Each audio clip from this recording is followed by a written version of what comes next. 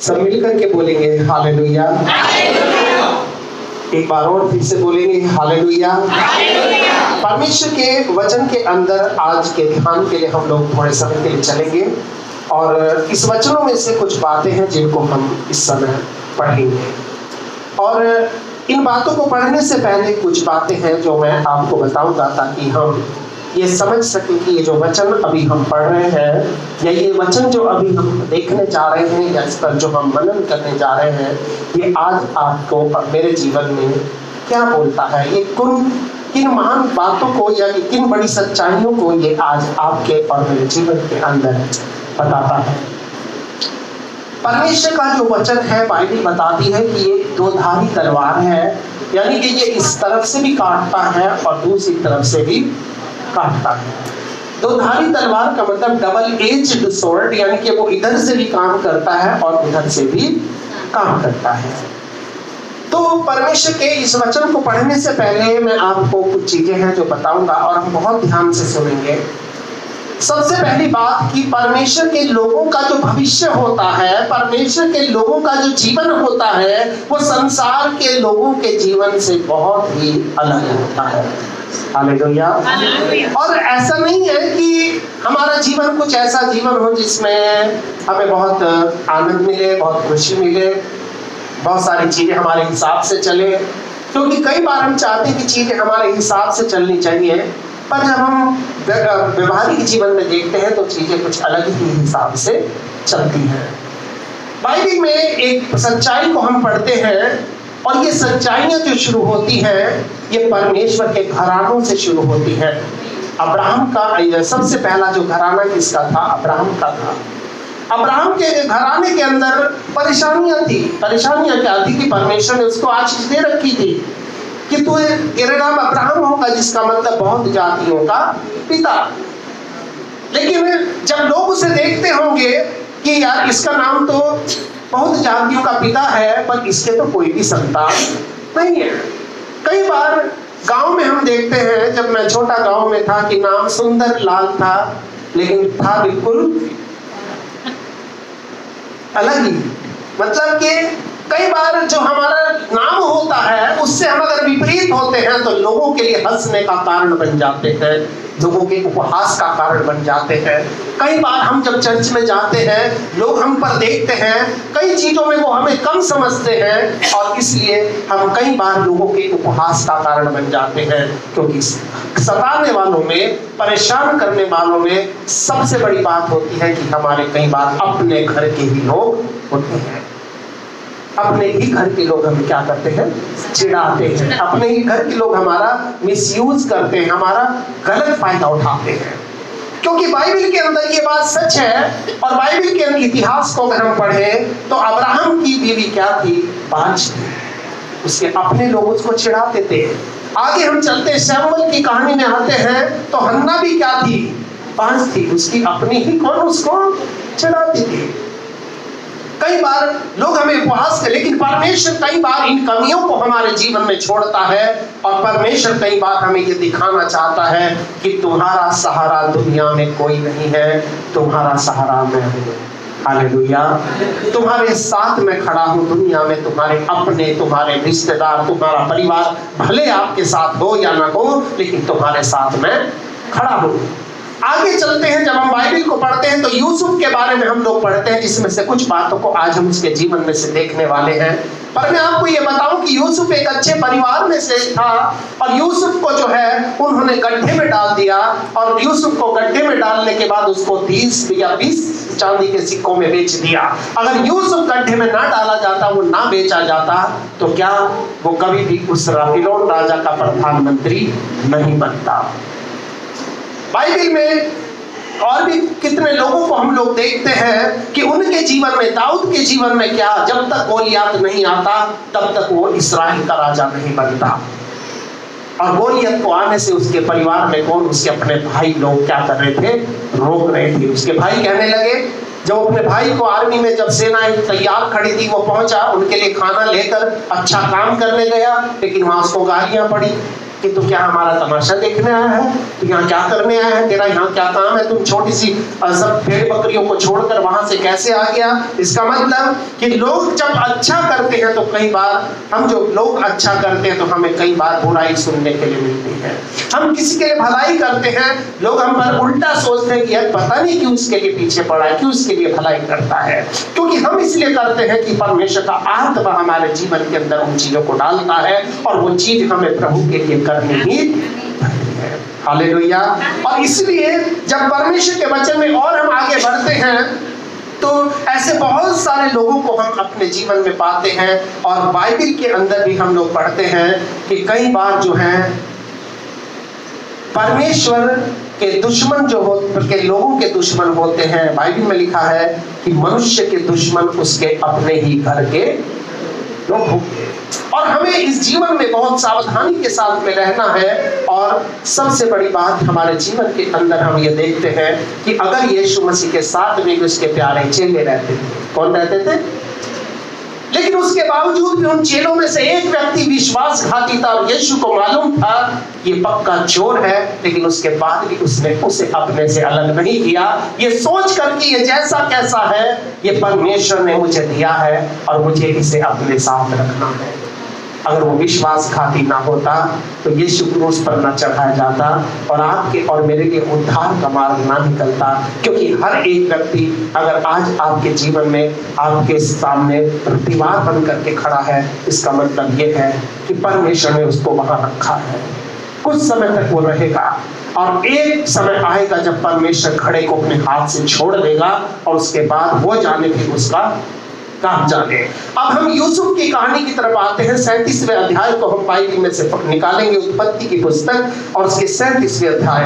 तो यहाँ पर हम एक सच्चाई को पढ़ते हैं और ये सच्चाई क्या है कि एक व्यक्ति है, इसके बहुत सारे बेटे हैं, करीब 11 के करीब 12 के करीब इसके बेटे हैं। और इस व्यक्ति का जो नाम है वो कौन है?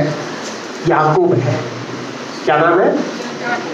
और इस याकूब के ये 12 क्या थे? बेटे थे। 12 बेटे थे। और इन बेटों में से जो है एक बेटा था जिसका नाम क्या था? यूसुफ। ये यूसुफ जो था ये बहुत ही अच्छा लड़का था, बहुत ही सुंदर था। बाइबल बताती है ये कौन है? बहुत सुंदर था। क्योंकि इन सारे के सारे भाइयों में से परमेश्वर की नजर सिर्फ एक भाई के ऊपर थी, उसका नाम क्या था? यूसुफ था। आज आपके आसपास कितने लोग रहते हैं इससे कोई मतलब नहीं है, पर सबसे बड़ी बात यह है कि क्या परमेश्वर की नजर उनके ऊपर है? परमेश्वर का हाथ उनके ऊपर है?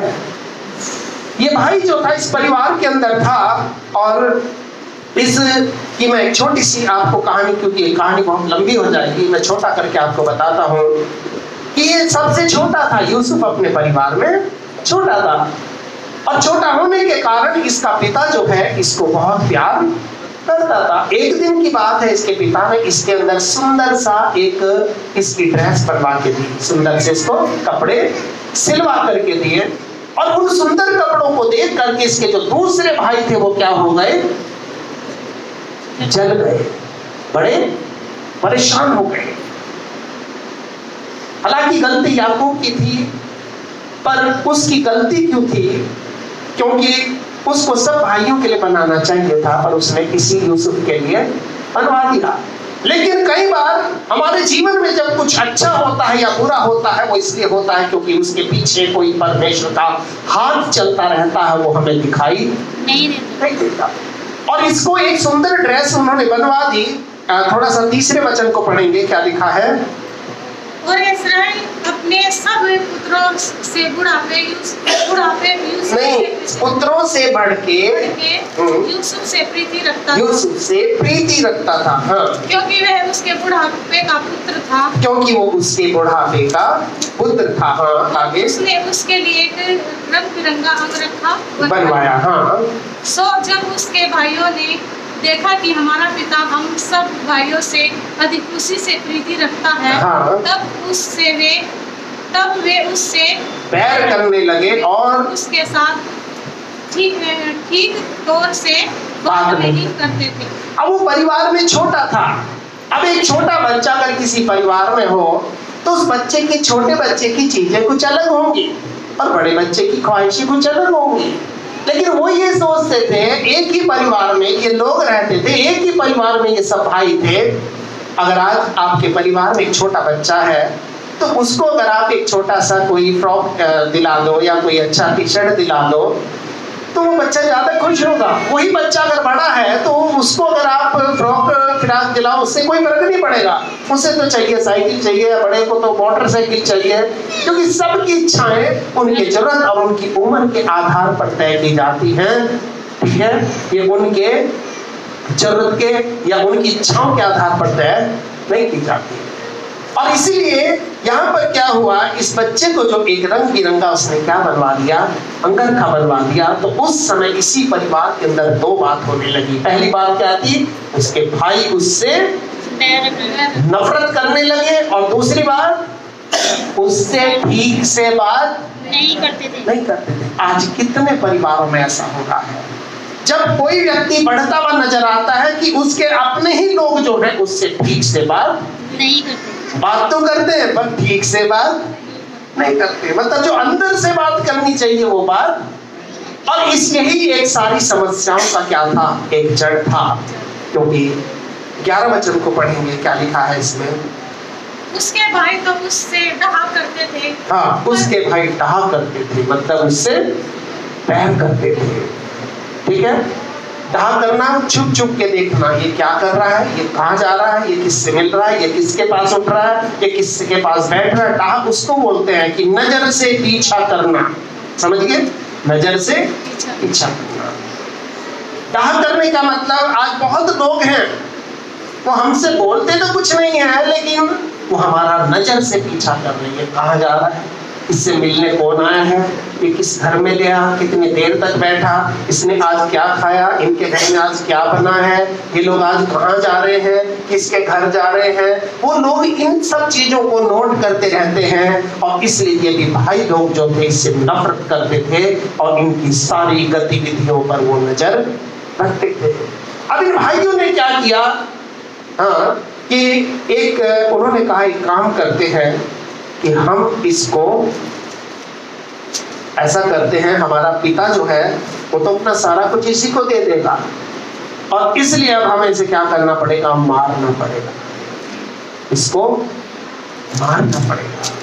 लेकिन चूंकि ये घराना परमेश्वर के लोगों का घराना था, तो कहीं ना कहीं परमेश्वर का आत्मा इसके भाइयों के अंदर भी कहीं पर बसता था, और इसलिए एक और गलती हो गई, क्योंकि परमेश्वर इसके साथ रहता था, ये परमेश्वर से प्रेम करता था, तो परमेश्वर इसके साथ रहता था। दूसरे बात, इसको एक सपना दिखा, और उस सपने में इसने देखा कि मैं एक बहुत बड़े देश का कोई बहुत बड़ा मंत्री बन गया हूँ, और मेरे भाई जो है मेरे पास क्या करने आ रहे हैं, मदद मांगने आ रहे हैं। और ये सपना इसने अपने पिता को बता दिया, अपनी माँ को बता दिया। माँ के पेट में बात हजम नहीं हुई, इसने पूरे घर में बता दिया, तो ये और भी ज्यादा नफरत का क्या हो गया, कारण बन गया। भाई ये तो छोटा बच्चा, ये हम पे राज्य करेगा, बड़ी मुसीबत। भाइयों ने कहा भाई अब इसका ज्यादा जिंदा रहना ठीक नहीं। थोड़ा यूहन्ना 5:7 पढ़ेंगे। यीशु मसीह को भी कितने सिक्कों में बेचा गया था, 30। और यीशु मसीह की भी कहानी यही थी। 5:7 कोई पढ़ देगा, किसको मिल जाएगा। एक मिनट अभी बता रहा हूँ। यूहन्ना 7:5 है, 7:5। किसको मिल जाए तो जल्दी से इसको पढ़ देंगे। हाँ, क्योंकि उसके भाई भी उस पर विश्वास नहीं करते थे। किस पर? यीशु मसीह पर। उसका भी यही हाल था, उसके भी भाई उस पर विश्वास नहीं करते थे। दुनिया उस पर विश्वास करती थी, लोग उस पर विश्वास करते थे, पर उसके अपने जो लोग थे वो उस पर विश्वास नहीं करते थे। कहते हैं ना कि घर की मुर्गी किसके बराबर, वो सोचते हैं तो ऐसे ही है ना। कई बार हमारे घर में अच्छे लोग होते हैं, पर हम सोचते हैं तो ऐसे ही है। क्यों? क्योंकि हमें आदत पड़ चुकी होती है उसको इस्तेमाल करने की, हमें आदत पड़ चुकी होती है उससे काम लेने की। तो इसलिए यहाँ पर वचन में हम इस इस बात को सिद्ध करते हैं कि यीशु मसीह के साथ भी यही समस्या थी और आगे इस यूसुफ के साथ जो था वो भी यही समस्या थी। इसके भी भाई उस पर विश्वास नहीं करते थे और इसके भी भाई इस पर विश्वास नहीं करते थे। ठीक है, 19 वचन को पढ़ेंगे, 37 का 19 और 20। और वे आपस में कहने लगे, उसके सारे भाई, यूसुफ के भाई आपस में कहने लगे, उत्पत्ति, देखो वह सपन देखने आ रहा है। देखो वो सपना देखने वाला आ रहा है, कि देखो ये आ रहा है जिसको सपने दिखाई देते हैं, ये है जो भविष्यवक्ता चला आ रहा है। कई बार जब हम प्रभु के साथ चलते अपना जीवन बिताते हैं, कई बार लोगों के बीच में हम हास्य का पात्र बन जाते हैं। लोग हमें देखकर ठट्ठा करते हैं, मजाक करते हैं और ये व्यक्ति को अंदर से बड़ा बुरा लगता होगा कि उसके भाई उसको ताना मारते होंगे कि देखो ये आ गया, कौन, सपन देखे। अब्राहम को भी बहुत बुरा लगता होगा जब उससे लोग कहते होंगे देखो ये आ रहा है अब्राहम, जिसका नाम है बहुत जातियों का पिता, आज तक 20 के चिड़िया का बच्चा भी नहीं है। कहने का मतलब लोगों में एक हास्य का पात्र वो बन गया था। कई ऐसे लोग थे जो दुनिया में प्रभु के साथ चलने के लिए हास्य का पात्र दूसरों के लिए बन गए थे। हाँ, आगे क्या लिखा है? सो आओ हम उसको घात करके किसी गड्ढे में डाल दें, और यह कह दे कि कोई दुष्ट पशु उसको खा गया। फिर हम देखेंगे कि उसके सपनों का क्या फल होगा। फिर हम देखेंगे उसके सपनों का क्या फल होगा। पर ध्यान रखना, परमेश्वर अगर आपको कोई सपना दिखाया है, आपकी परिस्थिति चाहे कैसी हो, चाहे आपके घर के लोग आपका साथ दे या न दे, लेकिन उस समय भी परमेश्वर आपका साथ देने के लिए आपके साथ खड़ा रहेगा। आगे इस कहानी में क्या हुआ? यह सुन के रूबेन ने उसको उनके हाथ से बचाने की मनसा से कहा, हम उसको प्राण से तो न मारें। रूबेन एक उसका भाई था, उसने कहा ऐसा है यार, ऐसा करते हैं इसको जान से नहीं मारते, क्यों, कौन है हमारा, मारेंगे तो नहीं पर ऐसा कर देंगे कि जीने लायक भी नहीं छोड़ेंगे। कितने हमारे अपने लोग हैं जो मारते तो नहीं है लेकिन ऐसा कर देते हैं हमें जिंदगी में जीने लायक भी नहीं छोड़ते, मारते नहीं है। आगे क्या लिखा है? रूबेन ने उनसे कहा, लहू मत बहाओ, ऐसा मत करो, इसको जान से मत मारो, एक काम करो, उसको जंगल के इस गड्ढे में डाल दो, और उस पर हाथ मत उठाओ। उस पर हाथ नहीं उठाना। फिर उसको उनके हाथ से छुड़ाकर पिता के पास फिर पहुंचाना चाहता था। वो उसको उसके हाथ से छुड़ाकर पिता के पास, ये मार देंगे इसको, क्योंकि कहीं ना कहीं एक व्यक्ति ऐसा जरूर होगा जो हर वक्त आपके साथ खड़ा रहेगा। इस दुनिया में आपके 100 दुश्मन हो जाएं, लेकिन एक व्यक्ति जरूर परमेश्वर ऐसा भेजेगा जो आपकी मदद करने के लिए आपके पास खड़ा हो जाएगा। हालेलुया। तो कोई भी हो सकता है, क्योंकि यीशु ने कहा कि मैं तुम्हें एक सहायक दूंगा और मैं तुम्हें अनाथ नहीं। उसे मालूम था जंगल में हूँ, कोई भी मेरे साथ नहीं है, कोई भी नहीं देख रहा, ये लोग चाहे मेरे साथ कुछ भी कर सकते हैं, लेकिन इसके हाथ के सर पे कौन था?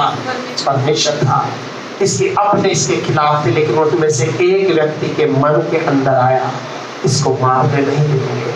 आगे क्या लिखा है? सो ऐसा हुआ कि जब यूसुफ अपने भाइयों के पास पहुंचा, तब उन्होंने उसका रंग बिरंगा अंग रखा जिसे वह पहने हुए था उतार लिया। उस आशीष को, उस बरकत को जो उसके परिवार से उसे मिली थी, उससे क्या कर लिया? छीन लिया। समझे? आज घर घर के अंदर ये हो रहा है, जो हिस्सा मिलता है, जो चीजें मिलती है, दूसरे भाइयों की नजर रहती है, इसको थोड़ा सा ज्यादा कैसे मिल गया, इसको ये कैसे मिल गया। उन्होंने उसके अंग रखे को क्या कर लिया? उतार लिया और यूसुफ को उठाकर गड्ढे में डाल दिया। वह गड्ढा तो सूखा था और उसमें कुछ जल नहीं था, उसमें कोई पानी नहीं था। जब रोटी खाने बैठ के आंखें उठाकर क्या देखा? इश्माएलियों का एक दल ऊंटों पर सुगंध में बलसान गंधरस लादे हुए गिलाद से मिस्र को चला जा रहा है। एक व्यापारियों का एक झुंड था जो बिजनेस करने के लिए अपना बहुत सारा सामान लेकर के जा रहा था। उन्होंने सोचा एक काम करते हैं, इसको उठा करके बेच देते हैं। इसको हम क्या कर देते हैं? बेच देते हैं। मारेंगे भी नहीं, नुकसान भी नहीं पहुंचाएंगे, पर इसको हम ऐसा कर देंगे, किसी ऐसी परिस्थिति में डाल देंगे, जीवन भर ये उसी परिस्थिति में उलझा रह जाएगा। आगे इसको क्या लिखा है? तभी यहूदा ने अपने भाइयों से कहा, अपने भाई को घात करने और उसका लहू छिपाने से क्या लाभ होगा? आप हम उसे इस्माइलियों के हाथ बेच डालें और अपना हाथ उस पर न उठाए, क्योंकि वे हमारा भाई और हमारी ही हड्डियों और मांस है। और तो उसके भाइयों ने उसकी बात मान ली। तब मिद्यानी व्यापारी उधर से होकर उनके पास पहुँचे। सो यूसुफ के भाइयों ने उसको उस गड्ढे में से खींच कर बाहर निकाला और इस्माइलियों के हाथ चांदी के 20 टुकड़ों में बेच दिया। और वे यूसुफ को मिस्र में ले गए। यूसुफ को मिस्र में ले गए।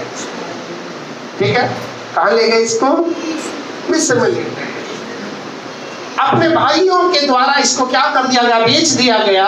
और वापस लौट करके उसका अंगरखा उस पे बकरी का खून लगा के बोल दिया उसे तो भाई कोई जंगली जानवर खा गया। और वचन में लिखा उसका पिता उसके लिए बहुत दिनों तक विलाप करता रहा।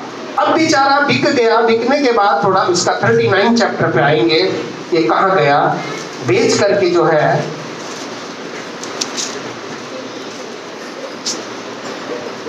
एक जगह फिर इसको और बेच दिया गया। एक जगह तो बिक गया, अभी दूसरी जगह भी इसको बेच दिया। और ये कहां पर बेच दिया? ये बड़ी खतरनाक जगह थी। हाँ, थोड़ा पढ़ेंगे पहले वचन को ना, इसका पहला। जब यूसुफ मिस्र में पहुंचाया गया तो पोतीफर नामक एक मिस्री ने, जो फिरौन का हाकिम, यानी कि फिरौन का कौन था? हाकिम किसको बोलते हैं? ऑफिसर, कोई अफसर था। आगे अंगरक्षकों का, उसके जो बॉडीगार्ड थे उनका हेड था, यानी कि वो राजाओं का अंगरक्षक था। मोल ले लिया, उसको क्या कर लिया? खरीद लिया। हाँ, दूसरे वचन को पढ़ेंगे, क्या लिखा है?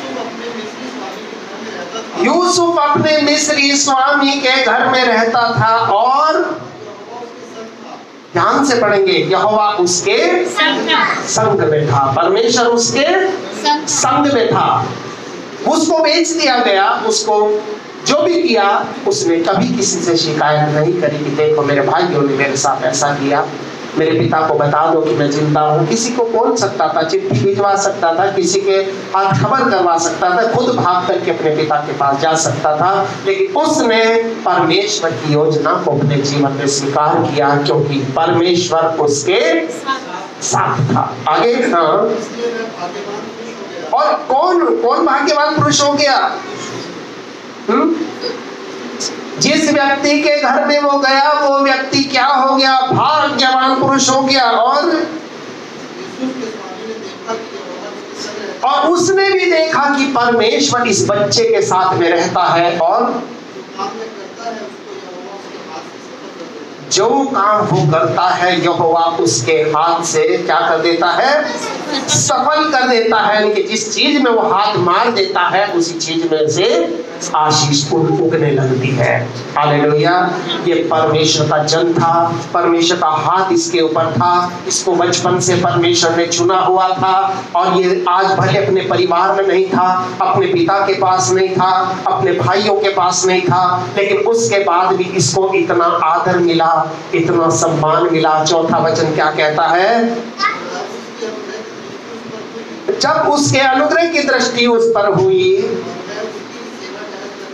उसकी सेवा टहल करने के लिए नियुक्त किया गया, फिर उसने उसको अपने घर का अधिकारी बना के अपना सब कुछ उसके हाथ में सौंप दिया। इतना बड़ा अफसर आदमी और अपना सब कुछ उसके हाथ में क्या कर दिया? सौंप दिया।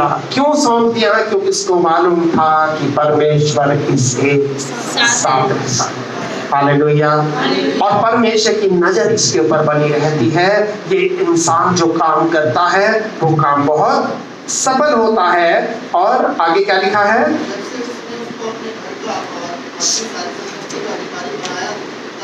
तब से लिखा, जब से उसने उस परमेश्वर के बच्चे का आदर किया। और अगली लाइन में लिखा तब से, उससे पहले से नहीं, जब से उसने अपने घर का अधिकारी बना दिया, अपना सब कुछ उसके हाथ में सौंप दिया, तब से यहोवा यूसुफ के कारण मिस्री के घर पर आशीष देने लगा। क्या घर में, क्या मैदान में, और जो कुछ उसका था उन सब पर यहोवा की आशीष होने लगी। हालेलुया। ये परमेश्वर का अभिषेकित जन था। ये जिस घर में गया, वचन कहता तब से, कितनी अच्छी बात लिखी है। आप सब लोग परमेश्वर के लोग हो, और जब आप परमेश्वर के साथ चलोगे, आपको ये नहीं देखना हम कैसी परिस्थिति में हैं, हमारे साथ किसी ने क्या करा है, हमारे साथ हमें किसने धोखा दिया है। बस आपको ये नजर रखनी है कि क्या आज परमेश्वर मेरे साथ है या नहीं। अगर परमेश्वर आपके साथ रहेगा, क्योंकि ध्यान रखना, यीशु के भी भाई उस पर विश्वास नहीं करते थे, इसके भी भाई इस पर विश्वास नहीं करते थे। हर एक व्यक्ति को जब परमेश्वर इस दुनिया में कहीं पर पहुंचाना चाहता है तो उसको बड़े टेढ़े मेढ़े रास्तों से लेकर के जाता है, जो हमें अब सब तक समझ में नहीं आते।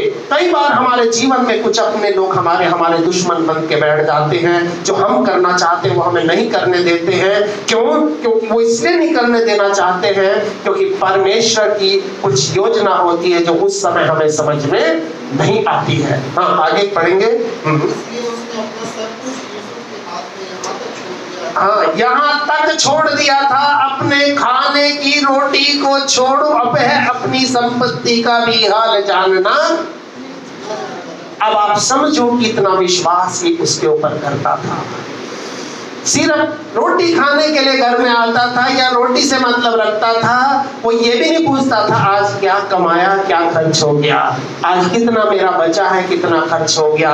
कितना भी बड़ा बिजनेसमैन हो, कितना भी बड़ा दुकानदार हो, कितना भी बड़ा व्यक्ति हो, वो ये शाम को हिसाब जरूर लेगा कि भाई आज दुकान में कितनी बिक्री हुई है, आज कितने का माल आया, कितना खर्च हुआ, कितना प्रॉफिट हुआ।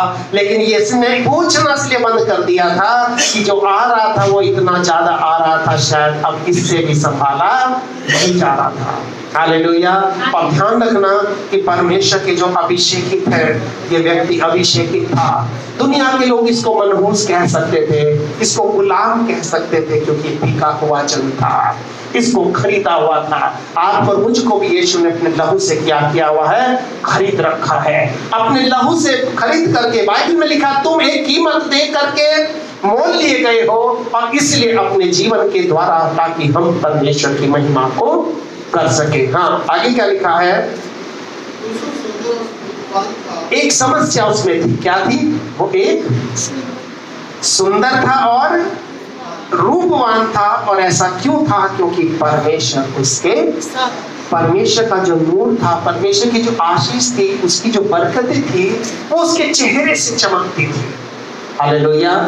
अगर आप परमेश्वर के साथ अपने जीवन को बिताते हो, परमेश्वर आपके संग रहता है, तो आपके चेहरे से एक अलग ही प्रकार का नूर, एक अलग प्रकार की आशीष, एक अलग प्रकार का जो है, एक उसमें से तेज निकलेगा, जो लोग देख करके कहेंगे कि वास्तव में ये व्यक्ति परमेश्वर के द्वारा आशीषित व्यक्ति है। हालेलुया।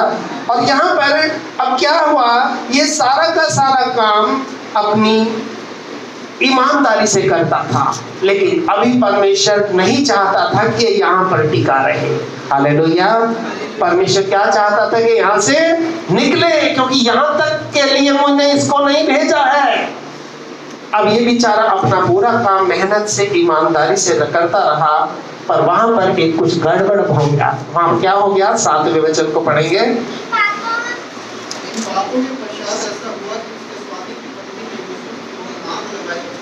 हाँ, हाँ, मतलब कहने का कि उसकी नजर जो थी, ये इतना सुंदर था, उसको देखकर इसकी नजर क्या हो गई? खराब हो गई।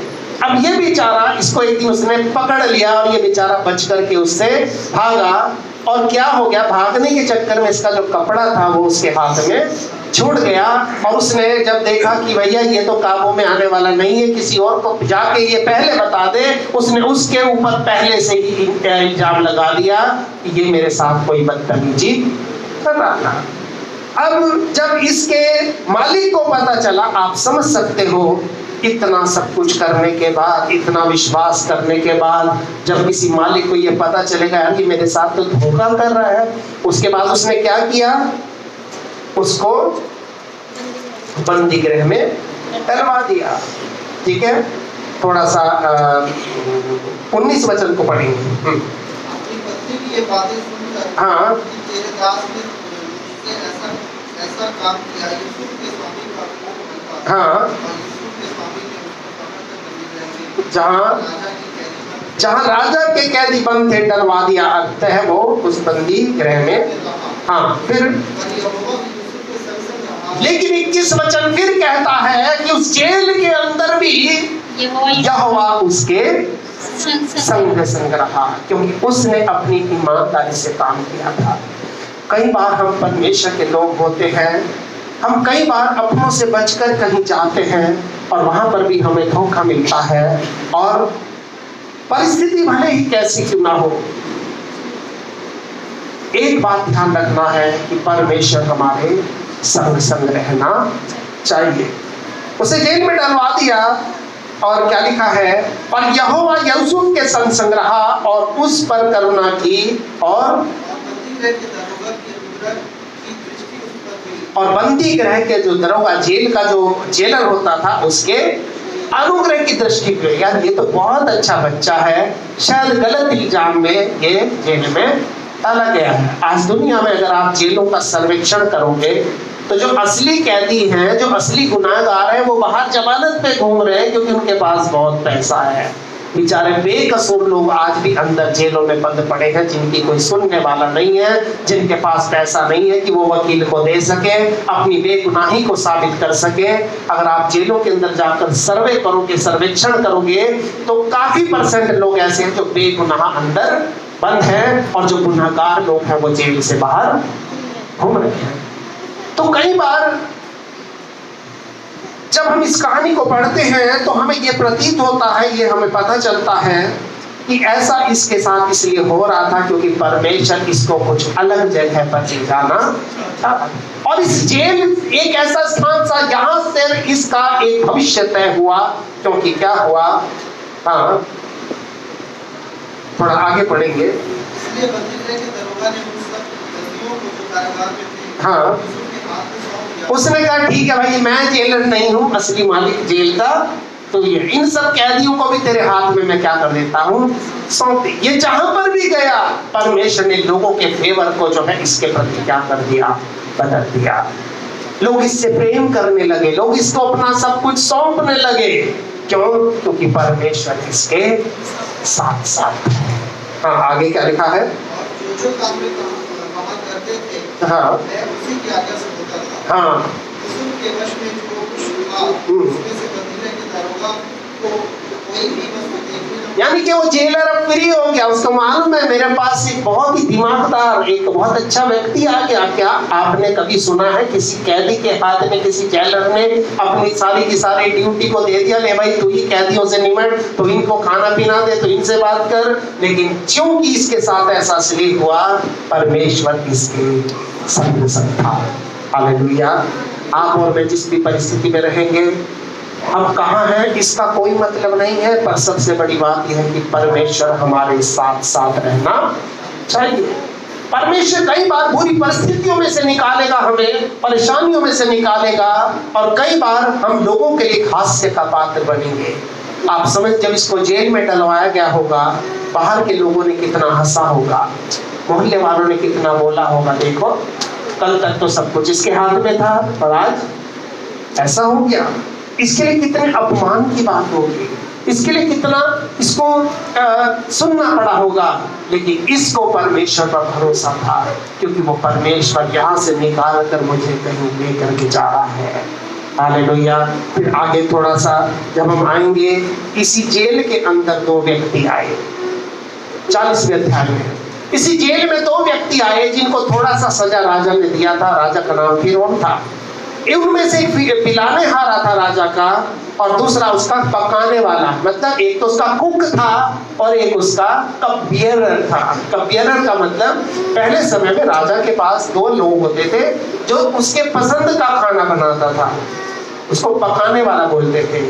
एक जो उसको अलग अलग प्रकार के शरबत पिलाना, पानी वानी पिलाना, मेहमान आ गए उनके लिए, जैसे चाय हम मंगाते हैं, भाई चाय ला के दो, ये ला के दो, ये ला के दो, एक इस तरह का था।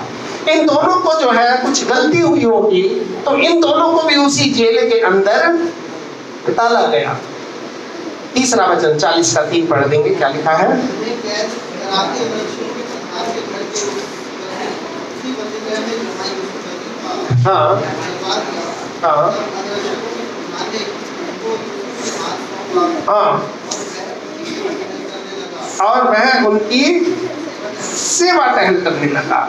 अभी क्या हुआ, इन दोनों के दोनों लोगों को एक सपना दिखाई दिया, और सपना ये दिखाई दिया, और उस सपने को देखने का जो फल था उनकी समझ में नहीं आया। उन्होंने पता किया कि इस व्यक्ति को सपना देखने का पता, ये बता देता है कि इसका मतलब क्या है। उन्होंने यूसुफ को बुलाया जेल में और उससे पूछा भाई इसका मतलब क्या है। उसने बोला एक व्यक्ति से जो पिलाने वाला था कि भाई तेरा जो काम है 3 दिन के बाद फिर से तेरा काम तुझे वापस मिल जाएगा और तेरे पद से भी अच्छा पद तुझे मिल जाएगा। दूसरे व्यक्ति को कहा कि 3 दिन के बाद राजा तेरा सर कटवा देगा और तुझे उल्टा लटकवा देगा। अब बिल्कुल 3 दिन के बाद उनके जीवन में वो बात, लेकिन वो ये काम सपने का फल बताने से पहले यूसुफ ने उससे कहा कि ऐसा करना, जब तू जेल में से छूटकर राजा के पास में जाए तो कम से कम मेरे बारे में कुछ बताना, ताकि मुझे वो यहाँ से निकाले। मतलब हम कई बार जब मुसीबत में होते हैं, दुख में होते हैं, तो हम कहीं ना कहीं सूचना भेजना चाहते हैं कि भाई हम कम से कम इस मुसीबत में से निकल सके।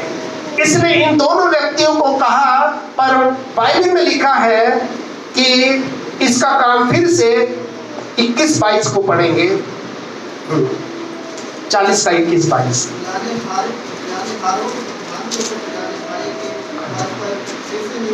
हाँ हाँ हाँ हाँ, जैसे यूसुफ ने कहा था वैसा हुआ। आगे, लेकिन उसके बाद जब काम निकल गया तो वो यूसुफ को क्या हो गए, भूल गए। इसको बड़ा दुख हुआ होगा। अरे वो बाहर जाकर उन्होंने राजा से मेरे लिए नहीं बोला, लेकिन इस चूंकि परमेश्वर इसके साथ था, इसलिए क्या हुआ, अभी 41वें अध्याय में हम पढ़ते इस राजा को भी एक सपना दिखा। बहुत सारे लोग पंडित वगैरह बुलाए गए, लेकिन कोई भी उस सपने का अर्थ नहीं बता सका। उसके बाद इस यूसुफ को याद किया, उसके दिमाग में आज उसका पिलाने वाला था, तब उसको यूसुफ के बारे में स्मरण आया है, हाँ सपने का फल बताने वाला एक व्यक्ति है जिसने मुझे भी सही सही बताया था। वो मुझे कहाँ मिला था, जेल में मिला था। जब राजा के सपने का फल बताने के लिए पूछा गया कि इसको कौन, 9 वचन को पढ़ेंगे, 41 का 9 पढ़ देंगे। हाँ, क्या लिखा है? हाँ हाँ भाई, मैं तो भूल ही गया था, लेकिन आज मुझे क्या आया, स्मरण आया, आज मुझे याद आ गई। हाँ आगे, हाँ हाँ हाँ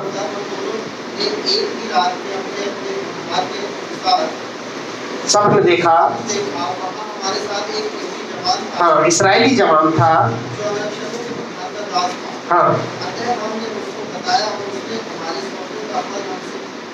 हाँ हाँ हाँ हाँ, और वो फांसी पर लटका गया। हाँ आगे, तब फिरौन ने यूसुफ को क्या करा, बुलवा भेजा। अब ये यूसुफ कौन था, जिसको एक बार गड्ढे में डाल दिया था, जिसको उन बिजनेसमैन के हाथ में बेच दिया था, जो एक अफसर के घर पे बेचारा काम करने लगा, फिर वहां से उठा के उसे जेल में डाल दिया। कितनी बड़ी लंबी यात्रा थी, और ये यात्रा से क्यों करनी पड़ी, क्योंकि इसके अपने घर के लोग ही इसके दुश्मन थे। आगे फिर क्या लिखा है? हाँ हाँ भाई, उसके बाल पड़े हुए होंगे, अच्छे से स्मार्ट सा बन के इसको राजा के सामने लाया गया। हाँ आगे, हाँ हाँ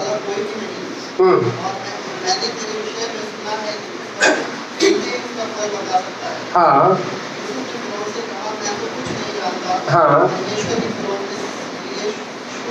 हाँ 16 वचन में लिखा है कि भाई मैं तो इतना बड़ा काबिल आदमी नहीं हूँ, पर वो परमेश्वर जो मेरे संग रहता है वो ही तुझे शुभ वचन देगा। अब इस सपना में शॉर्ट करके आपको बता रहा हूँ।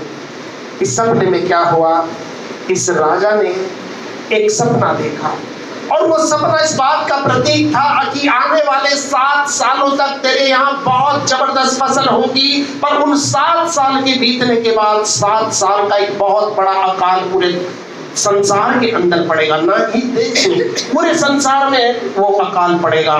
और इसलिए जब यूसुफ ने उसके दर्शन को बता दिया, उसके बाद उसका विश्वास यूसुफ के ऊपर बढ़ गया और उसने क्या किया, 32 वचन को पढ़ेंगे, 41 का 32।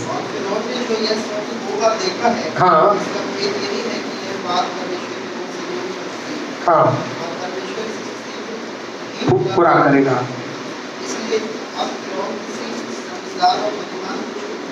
हाँ प्रधानमंत्री ठहराए। ठीक है, प्रधानमंत्री की वैल्यू समझते हो, मतलब उसी को सारे काम को सौंपने के लिए, क्योंकि अब वो ये चाह रहा था कि देखो 7 साल तक तो हम खाएंगे, तो उसके बाद जब अकाल पड़ेगा तब क्या होगा।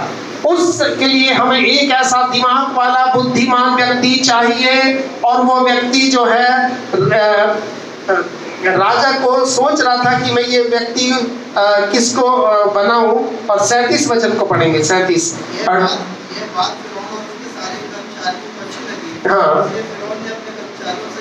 हाँ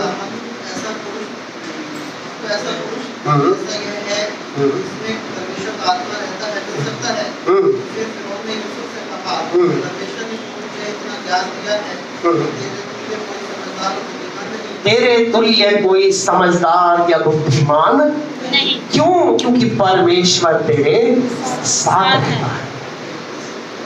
तेरे समान कोई बुद्धिमान नहीं है, क्योंकि परमेश्वर तेरे साथ रहता है।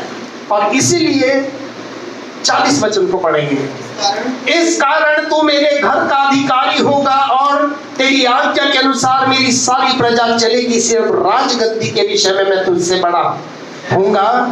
फिर फिरौन ने यूसुफ से कहा, सुन मैं तुझे मिस्र के सारे देश के ऊपर अधिकारी ठहरा देता हूँ। और अपने हाथ से अंगूठी निकाल के, मैंने बताया था अंगूठी अधिकार को दिखाती है। और अधिकार क्या होता है, जब शादी होती है तो लोग क्या पहनाते हैं, क्यों? अंगूठी इस बात का प्रतीक होता है, लड़का लड़की को और लड़की लड़के को पहनाती कि आज से जो भी कुछ तेरा है वो सब कुछ मेरा हो गया, आज से जो कुछ मेरा है वो सब कुछ। लेकिन इस बेचारे यूसुफ के पास तो कुछ भी नहीं था, इसका क्या था? लेकिन हाँ, इसके साथ परमेश्वर था। हालेलुया। आपके पास दुनिया में कुछ हो या ना हो, लेकिन अगर परमेश्वर आपके साथ है तो आपके पास दुनिया की हर एक खुशी है। और इसलिए राजा ने अपनी अंगूठी निकाल कर उसको पहना दी और उसको बढ़िया मलमल के वस्त्र पहनवा दिए और उसके गले में सोने की जंजीर डाल दी और उसको अपने दूसरे रथ पर चढ़वाया।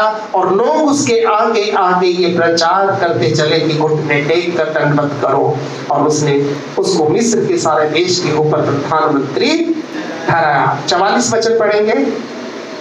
फिर फिरौन ने यूसुफ से कहा, फिरौन को मैं और सारे मतलब सारे लोग तेरे कंट्रोल में रहेंगे, सिर्फ नाम के लिए मैं राजा हूं, पर काम के लिए तुम ही राजा हो गया। हालेलुया। अब आप यहाँ समझ सकते हो कि एक व्यक्ति को इस स्थान तक पहुंचने के लिए कितनी कितनी मुसीबतों का सामना करना पड़ा, कैसी कैसी परेशानियों को झेलना पड़ा। और ऐसा क्यों हुआ? क्योंकि परमेश्वर की योजना थी जो उस समय इसकी समझ में नहीं आ रही थी, लेकिन इसको विश्वास था कि परमेश्वर मेरे साथ है। तो यहाँ पर इस कहानी से हम बहुत कुछ सीखते हैं। और जब ये मंत्री बन गया, आप बाद में घर जाकर इसको पढ़ सकते हैं, उसके बाद देश के अंदर अकाल पड़ा। और जब देश के अंदर अकाल शुरू हो गया तो उसके भाई जो हैं, जिन्होंने उसको गड्ढे में डाला था, खुद हाथ जोड़ करके आज उसके सामने खड़े हुए थे, दया की भीख मांग रहे थे, अन्न को मांग रहे थे। लेकिन उसने अपने भाइयों से दुर्व्यवहार नहीं किया। वो चाहता तो वो कुछ भी कर सकता था, उनको मार सकता था, क्योंकि फिरौन की जो पावर थी उस समय में बहुत बड़ी पावर थी। और मिस्र जो देश था उस समय वर्ल्ड की सुपर पावर देश था। लेकिन उसने अपने भाइयों को क्षमा किया और उसने उनके बदले में कोई भी नहीं, बल्कि अपने पिता को, अपने कुटुंब को ला करके वहीं पर मिस्र में उसने क्या करा, बसाया। और इस प्रकार हम इस वचन के अंदर एक बात को पढ़ते हैं, यूसुफ के भाई उस पर विश्वास नहीं करते थे और उन्होंने उसको परेशान किया, उससे दुख में डाला। लेकिन कई बार जब मसीह लोगों के जीवन में ऐसा होता है, हम तो दूसरों के लिए अच्छा करते हैं पर हमें सुनने को बुरा होता है। और ऐसा इसलिए होता है क्योंकि कई बार परमेश्वर की जो योजनाएं होती हैं हमारे जीवन से बहुत अलग होती हैं। आज हमारे जीवन में कोई भी व्यक्ति है, चाहे वो अच्छा है या बुरा है, वो इसलिए है क्योंकि परमेश्वर ने उसको वहां हमारे लिए रखा है।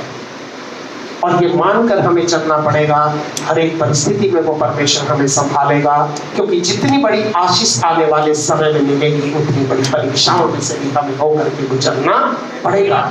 आप जितनी बड़ी एजुकेशन को चाहोगे उतनी बड़ी क्लास को आपको पास करना पड़ेगा। और हर क्लास को पास करने के बाद हमारा जो कोर्स होता है वो हार्ड हो जाता है। 10वीं का कोर्स वालों को 10वीं का, अच्छा MSc वालों को 10वीं का कोर्स बड़ा आसान लगता है क्योंकि वो उसको पास कर चुके, वो अगले लेवल पर 12वीं में पहुंच चुके। तो जो 12वीं वाले, फिर वो 14वीं वाले, फिर वो 16वीं वाले, इस प्रकार से करते करते करते करते जितना लेवल आपका ऊपर होता चला जाएगा उतनी बड़ी आशीष आपके जीवन में जुड़ती चली जाएगी। पर सबसे बड़ी बात यह है, आपको मुझको देखना है कि परमेश्वर हमारे साथ साथ रहना बहुत जरूरी है। हम भजन भी गाया था कि सेनाओं का यहोवा हमारे संग संग है, याकूब का परमेश्वर हमारा ऊंचा गढ़ है। और इसलिए हम इस बात को ध्यान रखें कि जब तक यूसुफ को अगर गोल्ठे में न डाला जाता तो वो प्रधानमंत्री, दाऊद के जीवन में अगर वो गोलियात को न आता तो उसको राजा नहीं बनाया जाता। अगर यीशु मसीह को के जीवन में यहूदा न आता या उसे क्रूस पर न चढ़ाया जाता, वो आज आपके मेरे प्राणों का उद्धारक नहीं हो सकता था। आज आपके मेरे जीवन में जो भी कुछ हो रहा है होने दो। हर बात के लिए हम परमेश्वर को धन्यवाद करें और बस हम किसी भी परिस्थिति में हैं, शिकायत हम लोगों से ना करें, शिकायत हम लोगों से ना करें, लोगों से लड़े नहीं, लोगों से झगड़े नहीं, बस अपने न्यायी परमेश्वर के हाथ में अपनी बात को सौंपें और वो परमेश्वर हमारे हर शत्रु को मुंह तोड़ जवाब देने के लिए तैयार है। हालेलुया। परमेश्वर वास्तव में अपने लोगों से प्रेम करता है, अपने लोगों को आशीषित करता है। आपको मुझको भी वो अपने जीवन में आशीष देना चाहता है। और इसलिए प्रभु के वचन में हमने पढ़ा था कि मनुष्य चलता तो है लेकिन उसके कदम उसके अधीन नहीं होते। इसलिए आज हम अगर परमेश्वर के पास हैं और हम जिस स्थान पर भी जा रहे हैं, जहां पर भी हम पहुंच रहे हैं, वहां पर हमें इस बात को स्मरण करना है कि परमेश्वर हमारे साथ है। दुनिया का कोई व्यक्ति आज हमारे साथ हो या ना हो, लेकिन उसका वायदा है कि मैं तुम्हें कभी अनाथ नहीं छोड़ू, मैं तुम्हें एक सहायक दूंगा। वो हमेशा तुम्हारे साथ रहेगा और वो तुम्हारे अंदर रहेगा, यानी कि वो तुम्हारी मदद करने वाला, वो तुम्हारी सहायता करने वाला तुम्हारे मन में छाया रहेगा, वो तुम्हें आशीषित करेगा। हालेलुया। परमेश्वर इस वचन के द्वारा हम सबको आशीष दे। आइए हम सब लोग इस समय अपनी आंखों को बंद करेंगे और अपने सरों को झुकाएंगे और हम लोग प्रार्थना में जाएंगे। हमारे सर्वशक्तिमान प्रभु परमेश्वर तेरे वचन में अभी हमने देखा इस संसार के अंदर प्रभु जी कई बार हम निराश हो जाते हैं, हम परेशान हो जाते हैं, हम अपने लोगों से निराश हो जाते हैं, हम बीमारियों से, हम परेशानियों से निराश हो जाते हैं। कई बार लोगों के सामने हम एक हंसने का पात्र बन जाते हैं, लोग हम पर देख करके हंसते हैं। हाँ पिता, तेरे वचन के अंदर हम देखते हैं उस समय बहुत बुरा लगता है, लेकिन प्रभु ये सब कुछ हमें सहना है तेरे लिए, क्योंकि तूने भी क्रूस की मृत्यु को हम सब के लिए सहा था। और जब प्रभु हम विश्वास में स्थिर बने रहते हैं, विश्वास में मजबूत हो जाते हैं, विश्वास में पक्के हो जाते हैं, हम संसार की परवाह करना छोड़ देते हैं और सिर्फ इस बात को देखते हैं क्या तू हमारे साथ है या नहीं है। प्रभु जी हमारे जीवन को तो बदल देता है, परिस्थितियों को बदल देता है, विचारों को बदल देता है, आसपास के माहौल को बदल देता है, और जो लोग बदलना नहीं चाहते प्रभु तुमको रास्ते से ही हटा देता है, क्योंकि ये तेरा वचन कहता है। पिता परमेश्वर हम सब कुछ आपके हाथों में सौंपते हैं और सब बातों के लिए तेरा धन्यवाद देते हैं और धन्यवाद करते हैं प्रभु परमेश्वर तेरे लोगों के लिए जिनके द्वारा प्रभु जी आज तुमने अपने आप को प्रभु जी पर प्रकट किया है। प्रभु जी बोलने वाले हम नहीं, पर तेरी आवाज है जो मनुष्यों के अंदर से निकलकर तेरे लोगों के हृदय तक पहुंचती है, उसको छेदती है और उसको ये एहसास दिलाती है कि सेनाओं का यहोवा तुम्हारे संग संग है, याकूब का परमेश्वर तुम्हारा उजागर है। पिता हम प्रार्थना करते हैं जब ये भाई बहन लोग वापस अपने घरों को जाते हैं, तेरी उपस्थिति चलकर इनके साथ इनके घरों में जाए, और जब इनके कदम इनके घरों में पड़ते हैं पिता वहां पर तेरी बरकत और आशीष इनके जीवन में बहने लगे। हम सब कुछ आपके हाथ में देते हैं और सब बातों के लिए तेरा धन्यवाद करते हैं। धन्यवाद देते हैं प्रभु परमेश्वर क्योंकि आपने हमारी प्रार्थना को सुना है, और धन्यवाद के साथ ये प्रार्थना हम अपने उद्धारकर्ता मुक्तिदाता प्रभु यीशु के पवित्र नाम से मांगते हैं। इसी दया से सुने और ग्रहण करें, और हम सब जो लोग प्रभु के हैं मिल करके कहेंगे आमीन।